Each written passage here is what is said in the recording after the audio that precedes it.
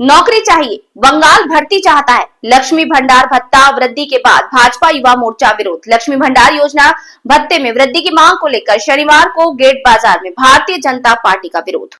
लक्ष्मी भंडार योजना के भत्ते में वृद्धि की मांग को लेकर शनिवार को गेट बाजार में भारतीय जनता पार्टी के सिलीगुड़ी शहर पश्चिम बंगाल राज्य में डबग्राम फुलबाड़ी 3 मंडल युवा मोर्चा की ओर से तमन्ना को पत्र भेजा गया। युवा मोर्चा की ओर से बताया गया कि राज्य का युवा समाज भत्ते पर निर्भर नहीं रहना चाहता, बल्कि स्थायी रोजगार और पारदर्शिता भर्ती व्यवस्था चाहता है।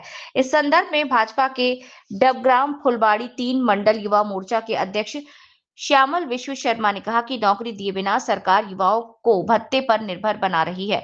हम भत्ता नहीं, नौकरी चाहते हैं, बंगाल में भर्ती चाहते हैं। Reporter R K. मनोज।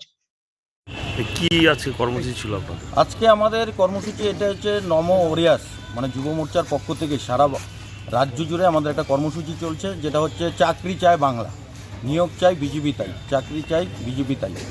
তো এটারই আজকে একটা কর্মসূচি করা হলো যে আজকে আমাদের যুব সমাজের কোনো চাকরি নেই, নিয়োগ নেই। আপনারা দেখেছেন যে এসএসসি দুর্নীতিকাণ্ড, আপনারা দেখেছেন কিছুদিন আগে যে 26,000 চাকরি বাতিল হয়েছে। তো আজকে আমাদের এই রাজ্যের ছেলেরা, আমাদের রাজ্যেই কোনো রকম কর্মসংস্থান নেই, চাকরি নেই, তাই তারা বাইরে গিয়ে পরিযায়ী শ্রমিকের কাজ করছে।